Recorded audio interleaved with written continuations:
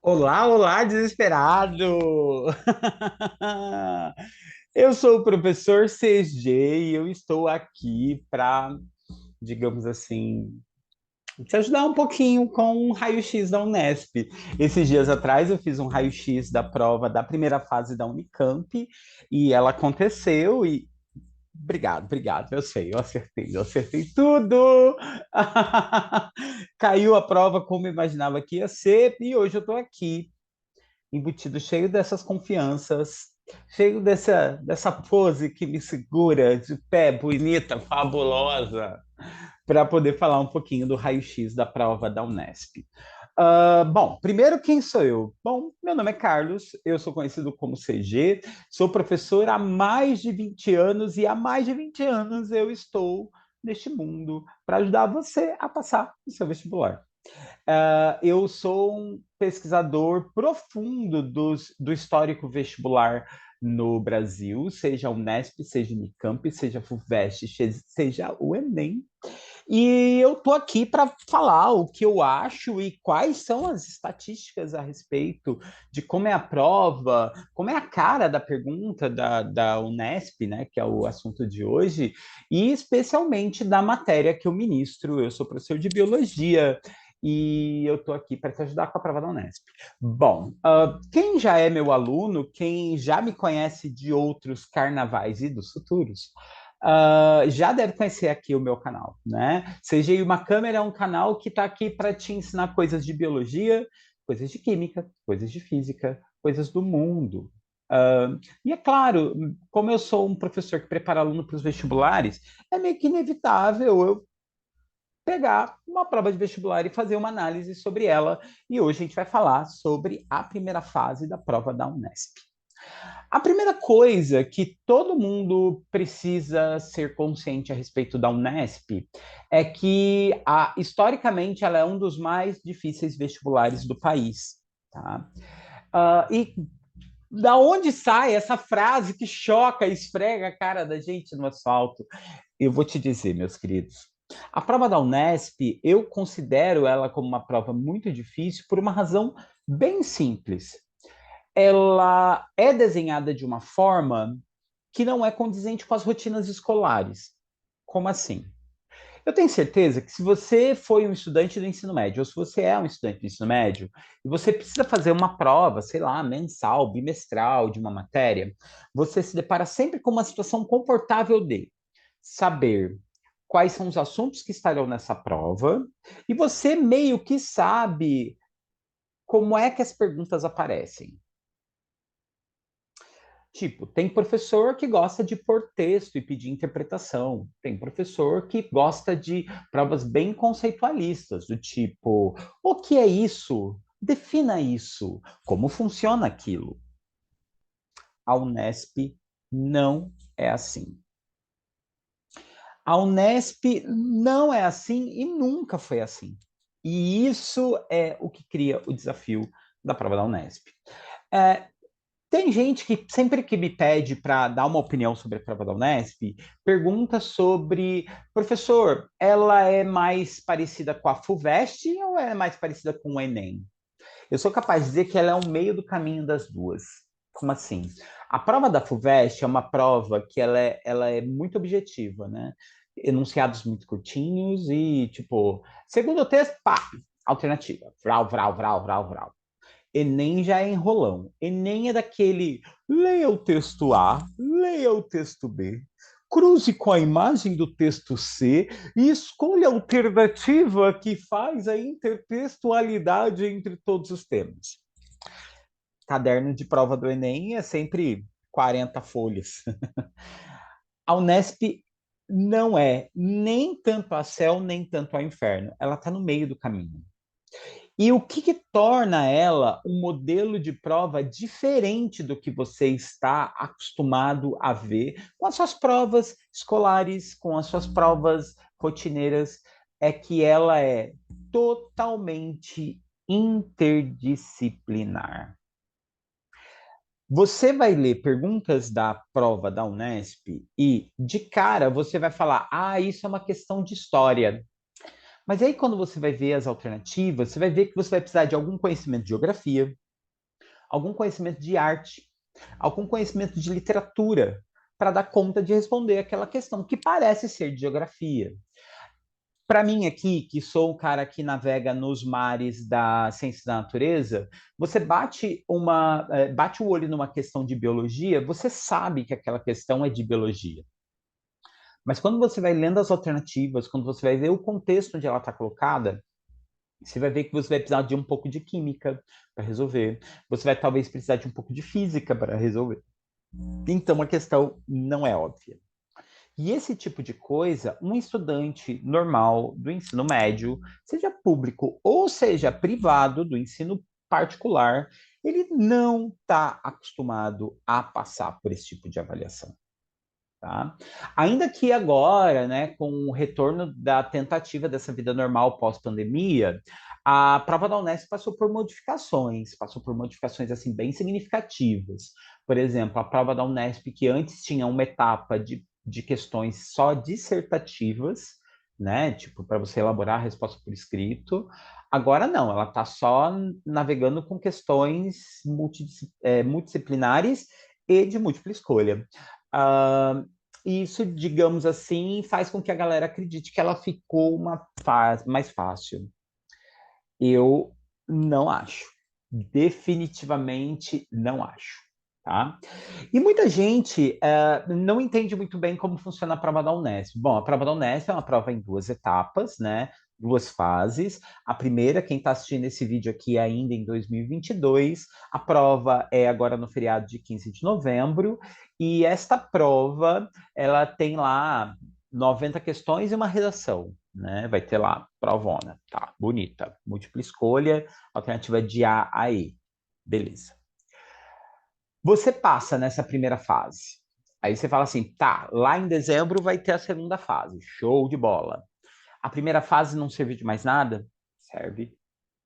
Quanto melhor colocado você tiver na primeira fase, mais pontos isso vai contar para a prova da sua segunda fase. Desculpa, meus queridos. Bom, e aí, meus queridos, cara da prova. A prova é ela geralmente ela é muito contextualizada, ela vai exigir de você capacidade de ler vários tipos de texto, desde tirinhas, gráficos, tabelas, mapas. A prova tradicionalmente traz muitos mapas e muitas obras de arte, muitas ilustrações para você fazer a leitura. Então, ela não é uma prova óbvia.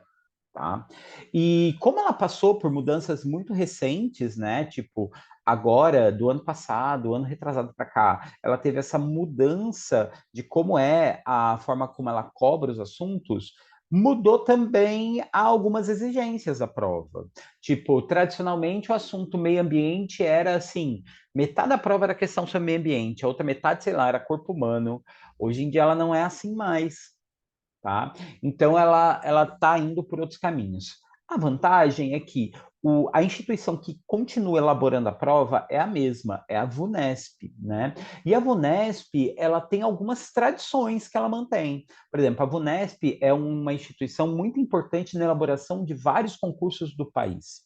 Vários concursos mesmo, desde de prefeitura, Ministério Público, IBGE, são elaborados pela VUNESP. Então, a prova da VUNESP é uma prova que tem muita objetividade, as questões são muito verificadas e é muito raro uma questão da Unesp ser cancelada. É muito raro uma prova da VUNESP onde as questões deixam em dúvida sobre a alternativa possível. Elas têm um direcionamento muito perfeito, assim, eles são muito exatos no processo de confecção das questões. Então, não existe surpresas para a prova da VUNESP, tá? Bom, vamos lá? Vamos falar um pouquinho sobre as estatísticas? Bom, eu fiz uma análise sobre como são os assuntos que mais caem na primeira prova da Unesp, né, na primeira fase. E aqui já surge o nosso primeiro BO. Sempre quando a gente analisa, né, quando a gente vê essa estatística, e isso é muito importante se fazer para todo vestibular que você vai prestar, essa análise histórica de como são as questões anteriores, como já foram. Uh, em todas as provas, você vai ver que um tema é sempre o preponderante. A prova da Unesp não. O que significa que não dá para saber o que esperar. A prova é uma caixinha de surpresa. Notem como você vai ter aí, por exemplo, 3 matérias que vão ter uma porcentagem de questões iguais. Assuntos de ecologia, biologia celular e anatomia, as 3 têm 18% da prova. Aí fala assim, isso até hoje, né? Isso nesse modelo mais recente, porque essas estatísticas a gente sempre faz, não levando em conta, sei lá, 80 anos da instituição Unesp. Eu estou levando em conta os 5, 6, 7 vestibulares aqui mais próximos que aconteceram. E aí você pega esta prova e olha assim, fala assim, pô, e agora? O que, que eu vou estudar mais, né? Por exemplo, na Unicamp tem um tema que é mais recorrente, no Enem tem um tema mais recorrente, a Unesp não. Então, isso já cria um motivo de assustar os estudantes. Mas a máxima que vale para a prova da Unesp é a mesma que vale para toda a prova de vestibular. A regra é: antes da prova, resolva as provas anteriores, para você entender como é a linguagem dos avaliadores, você entender como eles cobram as questões, qual é o rosto da prova. E outra coisa, é sempre muito importante a gente resolver a prova anterior sobre o ponto de vista de você testar a sua capacidade de gestão de tempo. Como assim? Bom, é uma prova que tem um tempo cronometrado. Você tem 90 questões para resolver. Essas 90 questões você vai fazer em quantos minutos? Cada questão, né? E aqui, vamos fazer a conta rapidinho, ó. A prova da Unesp, nessa primeira fase, ela tem 90 questões. 90 questões dividida por 5 horas de prova, que é o máximo, né? 5 horas vai dar 300 minutos dividido em 90 questões, você tem uma média de 3 minutos por questão. Só que tem um problema. Tem uma redação no meio do caminho. Como fazer uma redação, né? Em você ainda ter um tempo restante para poder ler uma prova de forma consciente, adequada.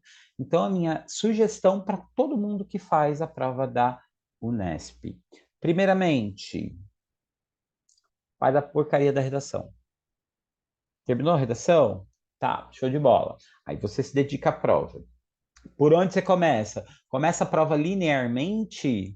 Não. Sempre a regra é: comece pelas questões que você tem mais familiaridade e mais facilidade. A gente começa pelas fáceis.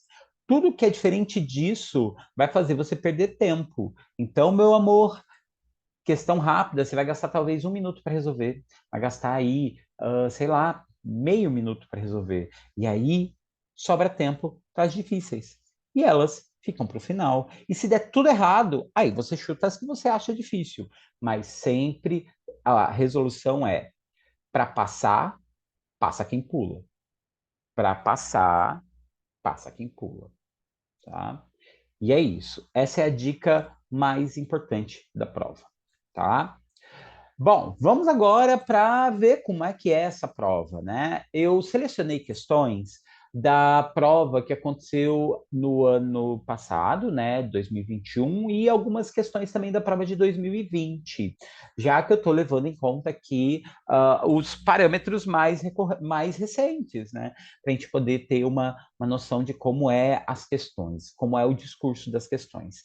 E aqui, ó, a primeira coisa que eu volto a dizer: ela é uma prova multidisciplinar. O que isso quer dizer, professor? O que quer dizer que é uma prova interdisciplinar? Ela conversa uma questão com uma matéria e outra. Olha só essa primeira questão aqui.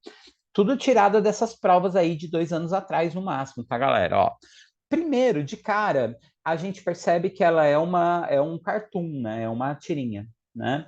E se você notar, ela é uma tirinha que ela traz um texto em inglês. Aí você vai pensar, né? Beleza, prova de inglês, né, pro? Prova de inglês. Temos aqui, então, ó, um textinho em inglês, e aí a gente vai ter que fazer uma interpretação, certo?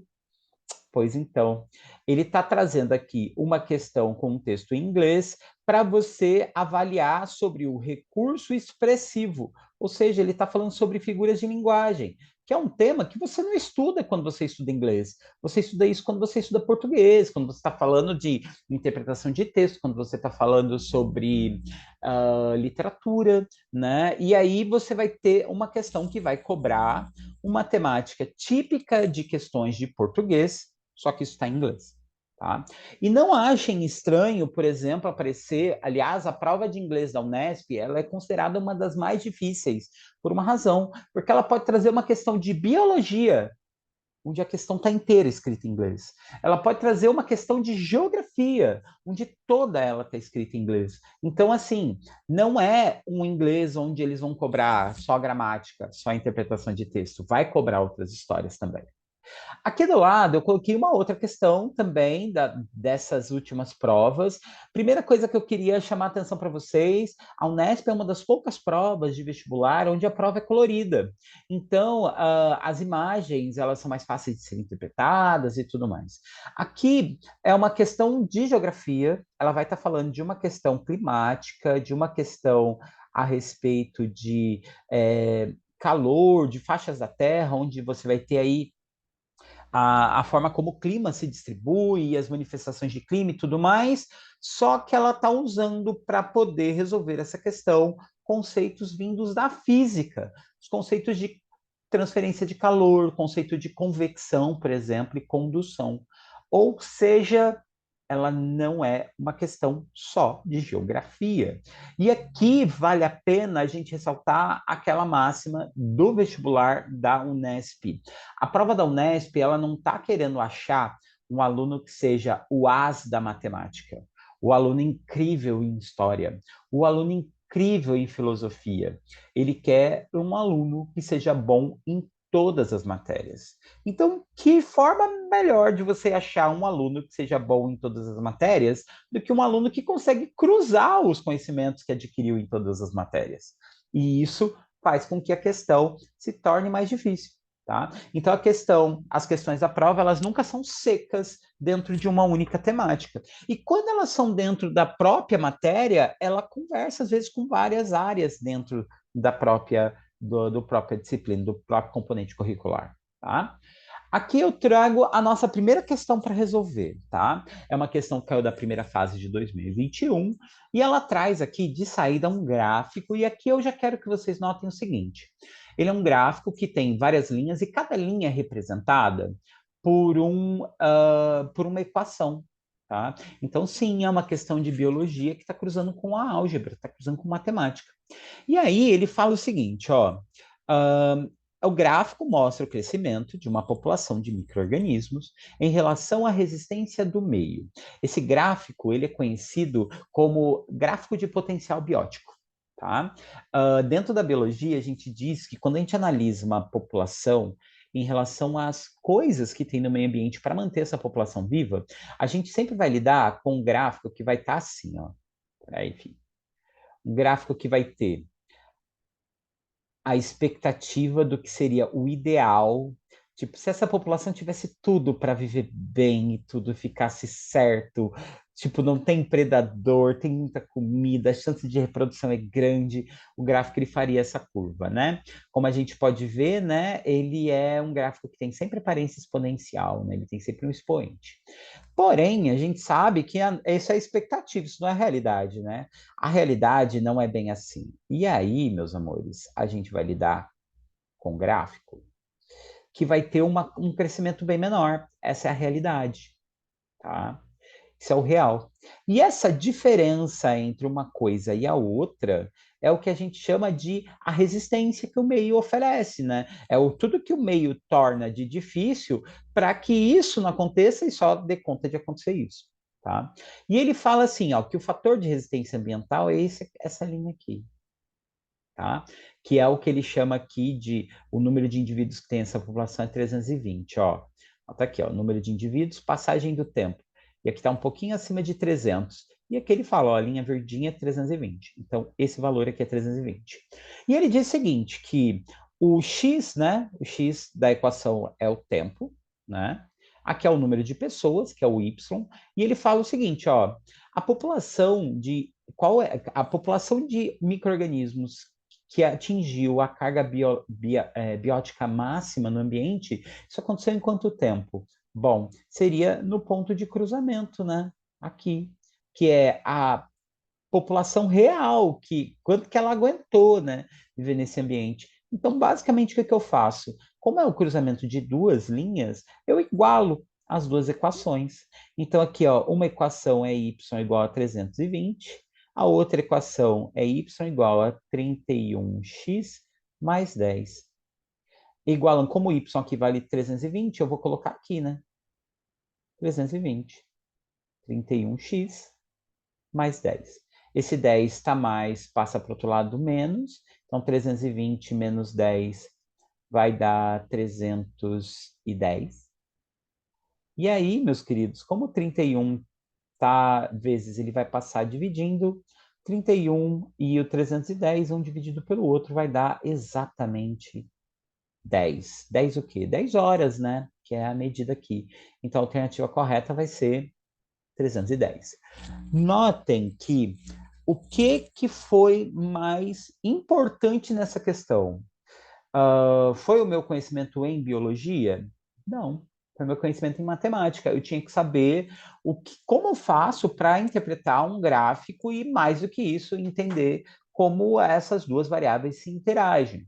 Qual a parte de biologia que importou aqui? É saber que esse gráfico ele se refere à situação perfeita, ideal, frente a uma situação de realidade, né?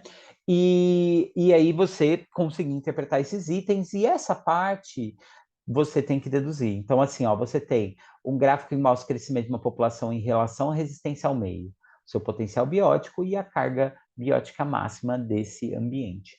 Notem que ele não deu mais nada para você. Você que lute. Isso não é uma questão que a gente veria, por exemplo, surgindo numa prova de uma faculdade federal. Ela não aparece, por exemplo, numa prova da Unicamp. Ela não apareceria numa prova do Enem. Onde ela apareceria? Ela poderia aparecer numa prova do ITA, que historicamente é considerado o mais difícil. E ela aparece numa prova da Unesp. Tá? Então, essa é a primeira noção, existe uma conversa entre as áreas. E isso não está valendo só para eu aqui que estou resolvendo a prova com foco na biologia. Se você é um cara que é das humanas, né? Como a galera gosta de, eu sou das humanas, não gosto das exatas, alguma coisa assim, saiba que se você quiser passar na prova da Unesp, você vai ter que ser bom em tudo. Se você não vai ser bom em tudo, pelo menos você tem que ser capaz de fazer cruzamento de informações. Beleza? Bom, bora lá, vamos seguir. Aqui eu trago uma outra questão, e aqui, de novo, é uma questão de biologia, tá? Você vê nas alternativas ali que tem nome de hormônios, e ela traz um trecho de uma música do Dominguinhos, né? Composta pela Anastácia e Dominguinhos. Bom, ela traz lá, né? Geralmente, eu recomendo para os meus alunos algum posicionamento a respeito desse tipo de questão. Eu sempre apoio meus alunos a ler o que a gente chama, primeiro, de a comanda da questão. A comanda é sempre esse texto que vem antes das alternativas. É aqui que está o pedido do que a questão quer, tá? Para posteriormente você ler o corpo da questão, como por exemplo aqui seria ler esse poema, tá? A mesma coisa seria aqui para esse do gráfico que a gente acabou de resolver. A gente sempre deve olhar primeiro para a comanda da questão, para depois olhar a parte de cima. Isso ajuda, inclusive, você a economizar tempo, tá? Então vamos lá, ó. A canção menciona a escassez de água, que pode afetar tanto animais quanto plantas. Um hormônio humano e um hormônio vegetal que atuam na economia de água bom, primeira coisa, a gente precisa de. Ele está cruzando corpo humano com botânica. Ele está querendo saber qual é o hormônio vegetal associado à economia de água e qual é o hormônio que existe no corpo humano associado à economia de água. E o hormônio bom, a galera geralmente conhece ele por ADH, que é um hormônio, o hormônio humano, tá? Que seria uma sigla para hormônio antidiurético, tá? O hormônio urinário, né? Diurese quer dizer você urinar. Se você não urina, você economiza água, né? E real, a gente, quando solta água pela urina, a gente está desperdiçando água que poderia ser usada em vários processos. Só que esse hormônio não é conhecido só por esse nome, ele recebe um outro nome, ele é chamado também de vasopressina. Esse nome geralmente está associado por conta de uma outra função associada à vasopressina, que é exatamente o controle da pressão sanguínea. Tá? É importante dizer que se você reserva água no teu corpo, porque você não urina, aumenta o volume de sangue. Aumentando o volume de sangue interfere na circulação. Tá? Então eu já sei que alternativas como a letra C e a alternativa D, eu já tenho que tirar fora, porque tiroxina é um hormônio da tireoide e ele não tem nenhuma associação ligada com a questão da água, tá? Agora, o que a gente precisa saber? A gente precisa saber qual é o hormônio de plantas associado à economia de água. E aqui eu já vou dizer para vocês, ele é conhecido pela sigla ABA, que é o ácido abscísico, e o ácido abscísico ele está associado ao fechamento dos estômatos, ele fecha os estômatos. Quem não se lembra lá em botânica, né? O que é um estômato? Estômato é um buraco, geralmente na parte de baixo das folhas. Ele tem um formato como se fosse assim dois feijõezinhos, assim um viradinho para o lado do outro. E esse buraquinho aqui é por onde sai água ou por onde entra água numa planta, né? As trocas gasosas também são feitas pelos estômatos. Em volta dele tem algumas outras células, célulazinhas normais e tal, que não vai ter esse buraco aí por onde vai fazer essas trocas gasosas. Quando o ABA está ativo na planta, ele faz com que a planta feche os estômatos e com isso ela para de jogar água fora. Sem jogar água fora, isso faz então com que ela economize água. E isso é uma coisa que vai acontecer em um ambiente de economia. Beleza, então eu já sei que eu posso tirar a alternativa E, porque a alternativa E, o hormônio vegetal que está aqui é a giberelina, e a giberelina está associada a crescimento de planta, germinação, floração, ela está associada a outros fenômenos vegetais, mas nenhum deles associado à economia de água, tá? E aí vemos a última parte, e olha só aqui a literatura, a interpretação do texto aparecendo, ele está falando, ó, além dos hormônios vegetais, ele quer uma figura de linguagem que aparece nesses versos. Qual é a figura de linguagem que aparece nesses versos? Ou é uma hipérbole ou é um pleonasmo, né? Qual é a diferença entre eles, para quem não se lembra? Olha só o professor de biologia vestindo a roupinha do professor de literatura. Meu Deus, hipérbole, ela tem uma noção de exagero, né? Enquanto que o pleonasmo, ele está associado a uma ideia de repetição, né? Tipo, subir para cima, descer para baixo, coisas assim. E aí, vamos dar uma olhada então agora na música para ver o que a gente vai encontrar aqui, ó. Traga-me um copo d'água, eu tenho sede. E essa sede pode me matar. Ah, olha aqui, ó, pode me matar. Já, uma sede pode matar uma pessoa? Pode, mas isso resolve-se com um copo d'água? Não, né? Então isso aqui é exagero. Acho que já achamos a alternativa correta. Minha garganta pede um pouco d'água e os meus olhos pedem seu olhar. A planta pede chuva quando quer brotar. O céu logo escurece quando vai chover. Meu coração só pede o teu amor. Se não me deres, posso até morrer. Olha, de novo, mais uma noção de exagero, né? Ai, se você não me der o seu amor, eu vou morrer. Vai nada, vai nada. Ou seja, é da hipérbole, né? Ou seja, trouxemos aqui de novo uma questão que trouxe biologia? Trouxe. Não trouxe só uma parte da biologia, trouxe duas, né? Ela estava falando aqui de planta, estava falando de gente, e ainda trouxe literatura, ainda você que lide com isso, receba, pega essa questão, bote no teu colo, faça uma naninha e acerte, tá? Então, se você quer passar, saiba que uma área só não vai adiantar, tá? Você ser bom só em filosofia, só em matemática, só em história. Enfim. Vamos para mais uma questão. Temos aqui outra questão que cruza raciocínios, mas aqui tem um detalhe interessante. Ela conversa muito com a questão anterior. Aliás, elas foram questões do mesmo ano, na mesma prova, inclusive. Ela é uma questão de biologia, e a gente vê que a biologia pura Mas ela tem um detalhe, ela cruza duas áreas da biologia, né? Ela traz aí zoologia, falando de bichos, falando de grupos animais e falando de fisiologia humana, né? Vocês entenderam por que aquele gráfico que eu disse, quais são os assuntos que mais caem na prova? Não dá para ser muito direcionado, porque numa mesma questão cai vários, é o caso. Aí tá aqui, ó. Vamos à comanda primeiro, ó. O filo aqui pertence ao invertebrado mencionado e um órgão humano que pode receber esse enxerto são, bom, ele quer um grupo animal e ele quer uma parte do corpo que pode receber enxerto, tá? Vamos à questão. Para mimetizar, mimetizar, para quem não sabe, seria o como imitar, né? Camuflar, tem mais ou menos esse significado. Para imitar um tecido e obter uma estrutura para enxertos em humanos, um grupo de pesquisadores utilizou a espongina, composta de colágeno e a biosílica das espículas provenientes de um invertebrado.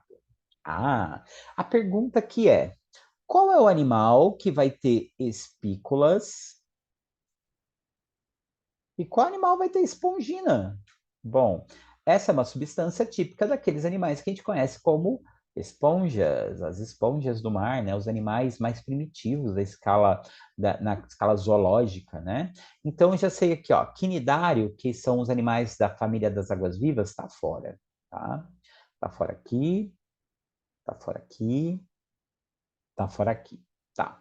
A associação da parte orgânica com a inorgânica resultou em um compósito com propriedades muito similares a de um tecido humano, né? Agora a gente tem que analisar um pouquinho sobre qual a composição desses dois órgãos, né? Aqui eu tenho um fêmur, que é um osso, e osso, como a gente sabe, elas são feitas basicamente de duas coisas, né? Ela é feita de colágeno, que é a parte que dá flexibilidade, que dá resistência, e nós temos uma parte mineral, que geralmente é a combinação de fosfatos, cálcio, né? A gente não pode esquecer do cálcio nunca, que são materiais sólidos, né? Que dão ali aquela dureza. Já um disco intervertebral, notem que ele está falando do disco. Isso aqui é uma cartilagem. Cartilagens, em geral, ela só tem colágeno na sua composição. O colágeno é a composição básica, né, dos discos intervertebrais. E a pergunta que fica é: qual seria a mais adequada? Qual é a que mais combina com a espongina? Bom, ela fala lá, é feita por colágeno e a biosílica de espículas.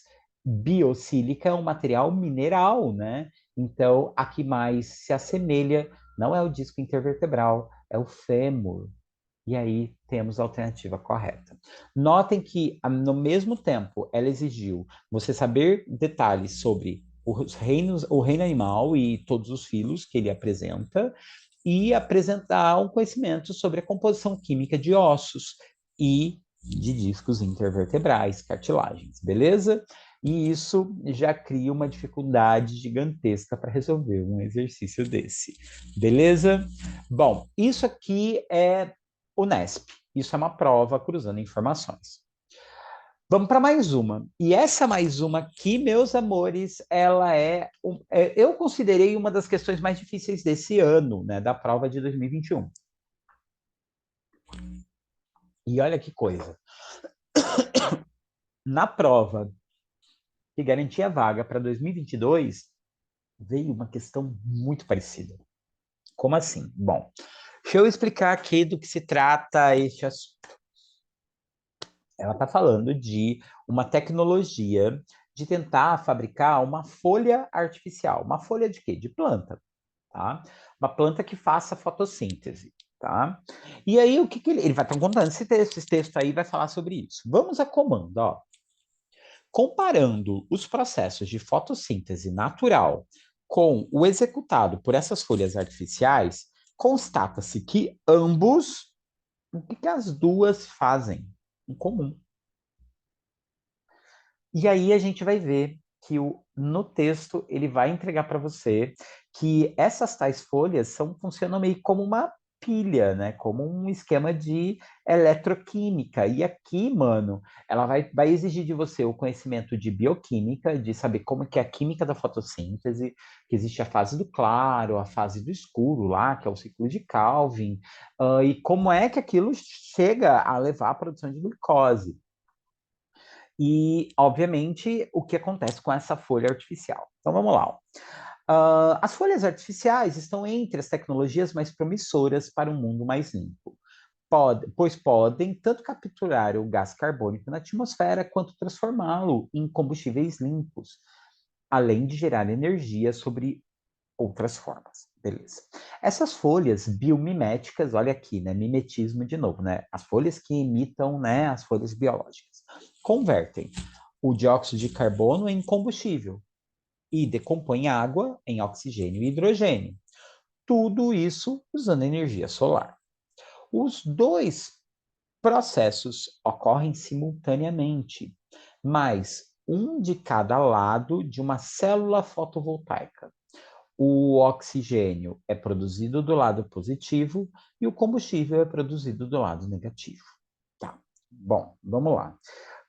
O que a gente sabe a respeito da fotossíntese, né? Da fotossíntese clássica?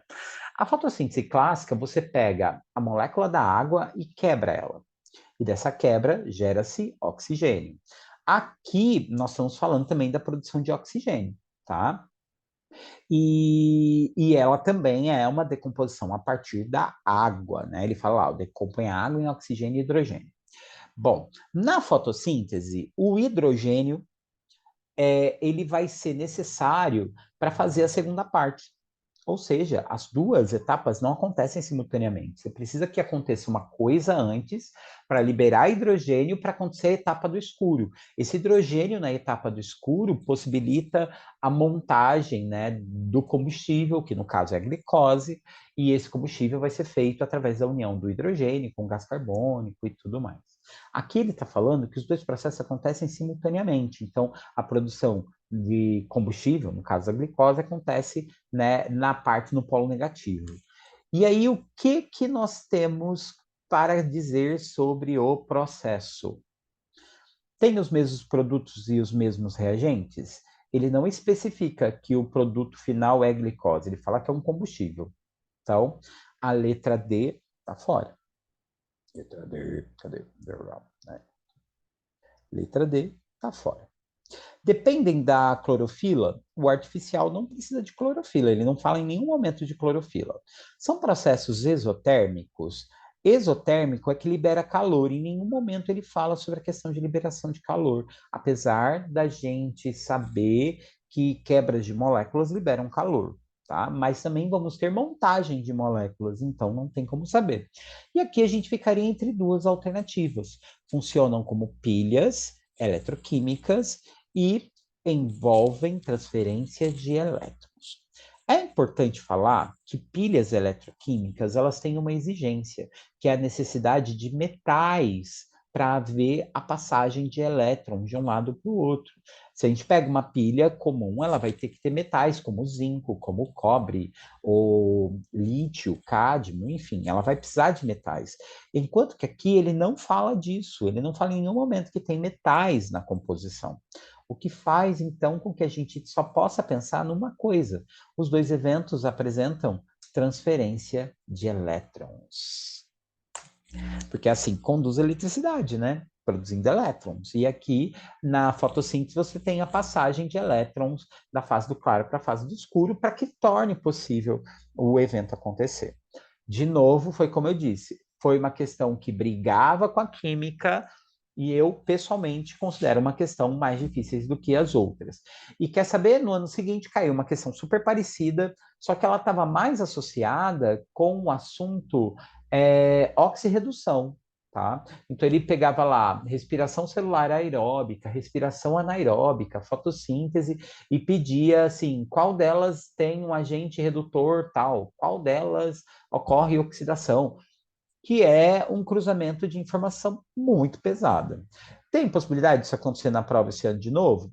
Tem, já aconteceu 2 anos seguidos, por que não aconteceu um terceiro? Boto a minha mão no fogo? Não, porque a gente sabe que a prova da Unesp ela não tem esse critério de um assunto ser tão recorrente. Mas aquela história, no momento de desespero, véspera de prova, eu assistiria uma videoaula falando sobre isso? Assistiria. Até no time da minha vida que não me mata. Agora vamos ao outro tópico que é muito relevante à prova da Unesp, que é necessário entender o contexto, mas nem sempre você precisa entender o tema. Como assim? É muito comum na prova da Unesp eles sacarem da cartola uma doença raríssima, uma situação, um animal que existe num rincão do mundo que ninguém sabe o que, que é, um componente químico que se tira de uma flor, sabe? E que é um tipo de especificidade que é desnecessário, desespero. Por exemplo, essa questão 61 aqui, ela vai falar de uma síndrome chamada síndrome de Laron.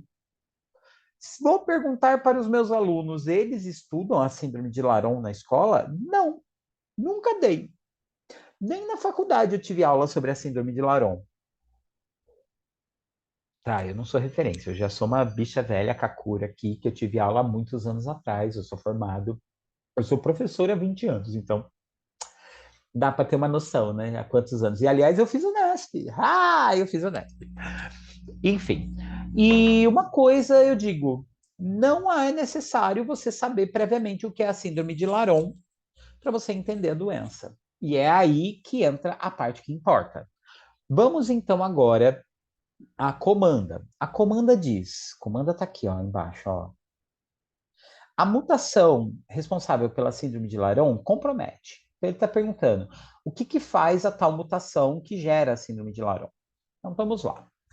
Uma comunidade de equatorianos com nanismo, olha que coisa específica, a gente está falando de habitantes do Equador que têm nanismo, apresenta uma rara síndrome, a síndrome de Laron, também observada em populações judias, né? Pessoas que são nascidos judeus, né?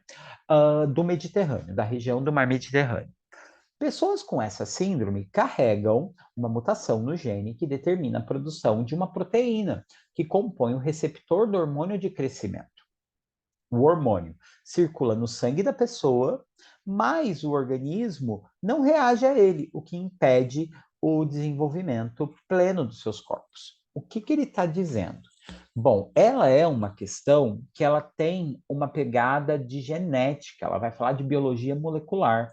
Ela está partindo do seguinte princípio: nós estamos falando agora de que existimos nas nossas células um trecho de DNA, e nesse trecho de DNA nós temos aqui um pedaço que é responsável por produzir uma proteína. Isso é um conceito de biologia molecular básica, tá? E ele fala o seguinte, que se esse DNA tiver uma modificação, uma mutação, né, uma alteração no código ali, o que, que vai acontecer? Ele vai criar uma proteína, outra, que não vai ter a mesma funcionalidade da proteína inicial. Vai criar uma proteína 2, digamos assim, né? E o que, que ele dizia? Essa proteína anormal, ela fazia o quê? Ela fazia com que as células tivessem receptor por hormônio GH, que é o hormônio do crescimento. Então, se a célula tivesse receptor por GH, o GH atuava, entrava nas células e ativava. E aqui ele fala, ó, a pessoa com essa síndrome vai ter uma proteína, a pessoa vai ter o hormônio normal no seu corpo, mas esse hormônio está inapetente, ou seja, ele não tem capacidade de gerar crescimento. E a pergunta é: eu preciso saber sobre a síndrome de Laron? Não. Então, primeira coisa, comecei a ler uma questão na prova da Unesp, está falando sobre um tema aleatório, calma. Tenta abstrair esse tema e vai para o restante da questão, porque provavelmente ele está contando uma parte que é relevante. Então vamos lá. Ó. A mutação compromete o equilíbrio do pH dentro das células, provocando a desnaturação das proteínas? Não, porque a proteína é dependente do DNA. Não. A formação das vesículas de secreção do complexo Golgiense, que contém as proteínas do receptor do hormônio? Não, ele não está falando de organelas, nem da secreção. As proteínas são feitas, estão lá, só que elas não funcionam. Letra C. A polimerização adequada dos aminoácidos das proteínas, dos hormônios, realizada pelos ribossomos. Não, aqui achei que está errada, por quê? Toda proteína, sim, é feita por aminoácidos. Mas se eu tiver um código errado, os aminoácidos podem ser trocados, o que vai fazer, como por exemplo, a proteína ganhar um formato diferente.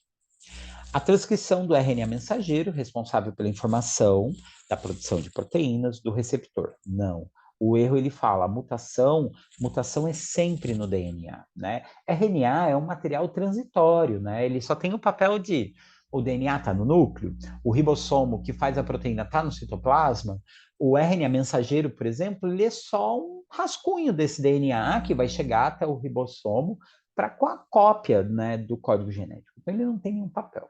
E aí chegamos à alternativa correta. Letra E.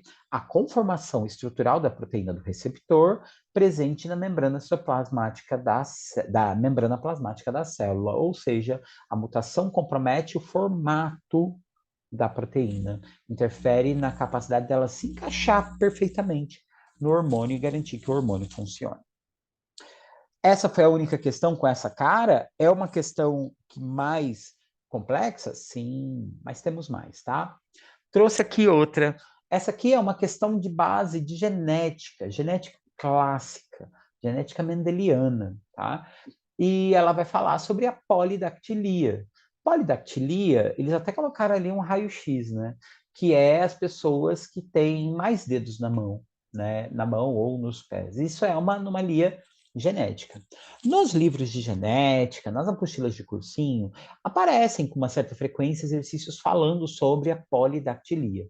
Mas se você nunca passou por uma questão envolvendo a sistemática e você não sabe sobre ela, relaxa, você não precisa, você precisa ter noção de árvore genealógica.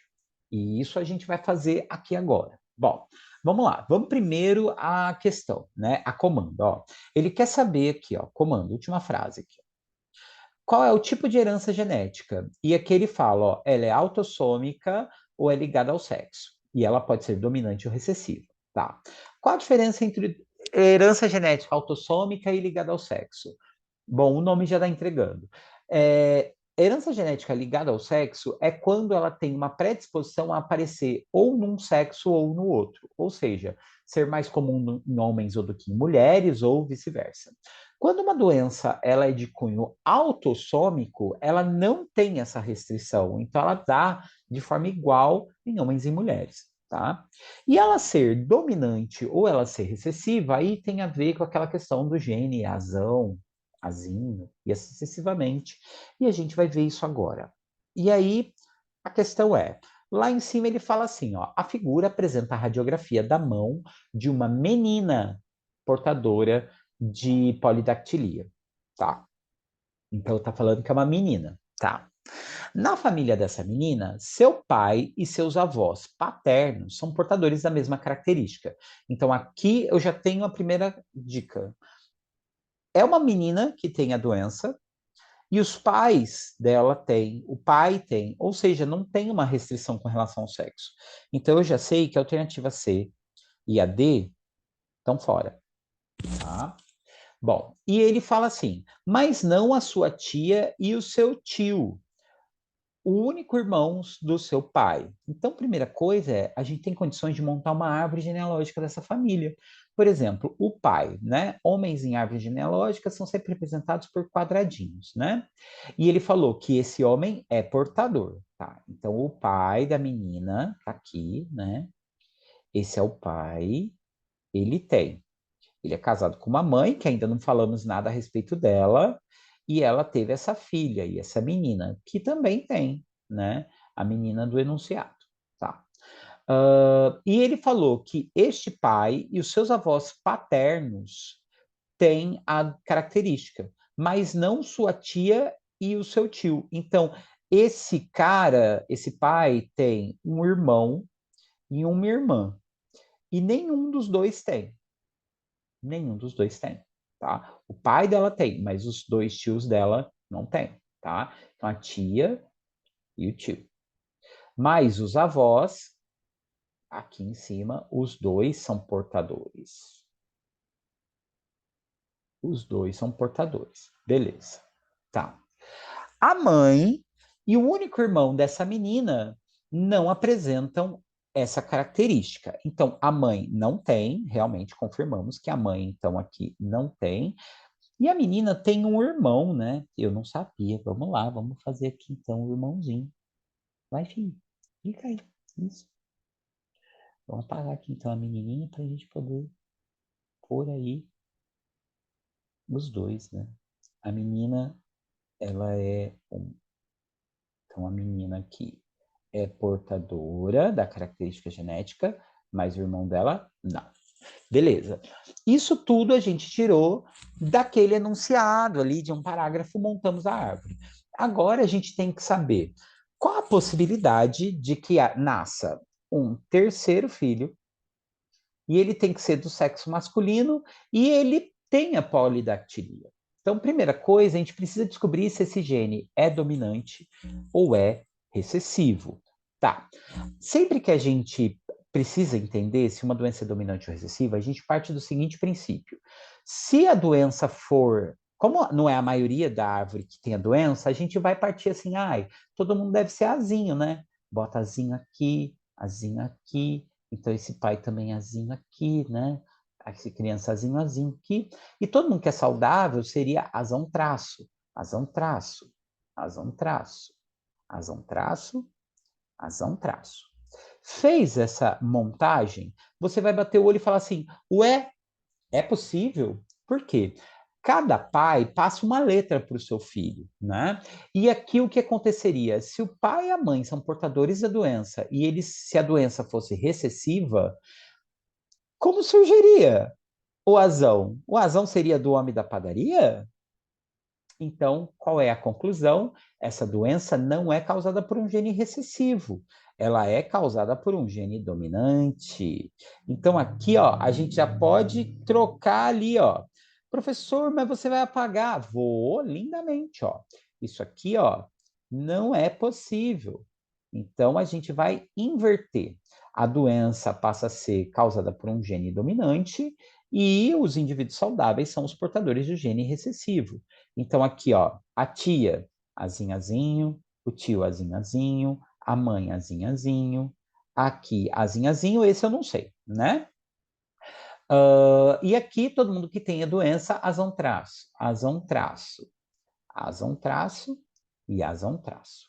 Fiz isso. Por que traço, Pro? Porque aí tem que descobrir qual é a segunda letra.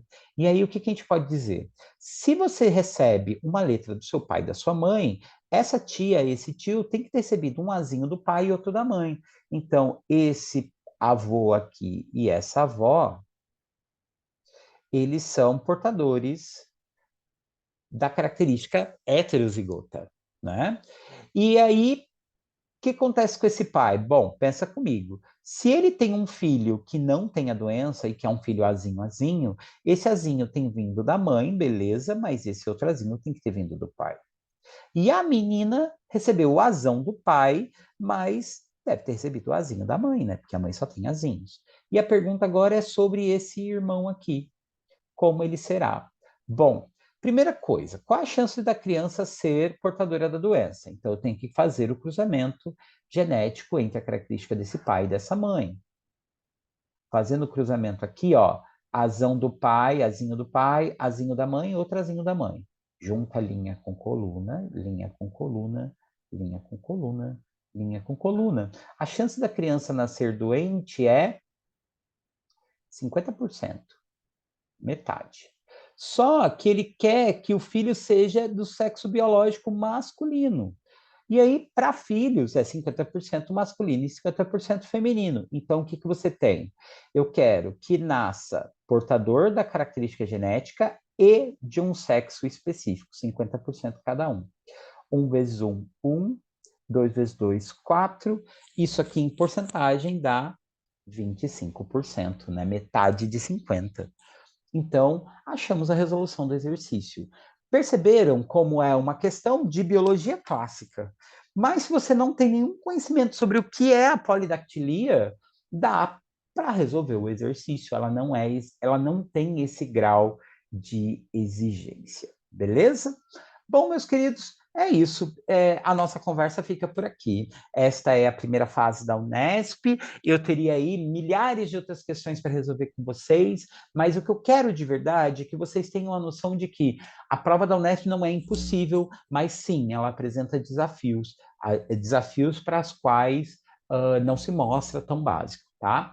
Daqui uns dias eu volto com a resolução da prova e provavelmente eu volte aí com dicas para a segunda fase da Unesp, tá? Afinal de contas, dezembro está aí e eu vou desejar aqui para vocês muitíssima sorte. Se você ficou até aqui e gostou do meu conteúdo, eu convido você a se inscrever no meu canal, a curtir o vídeo e compartilhar isso com seus amigos.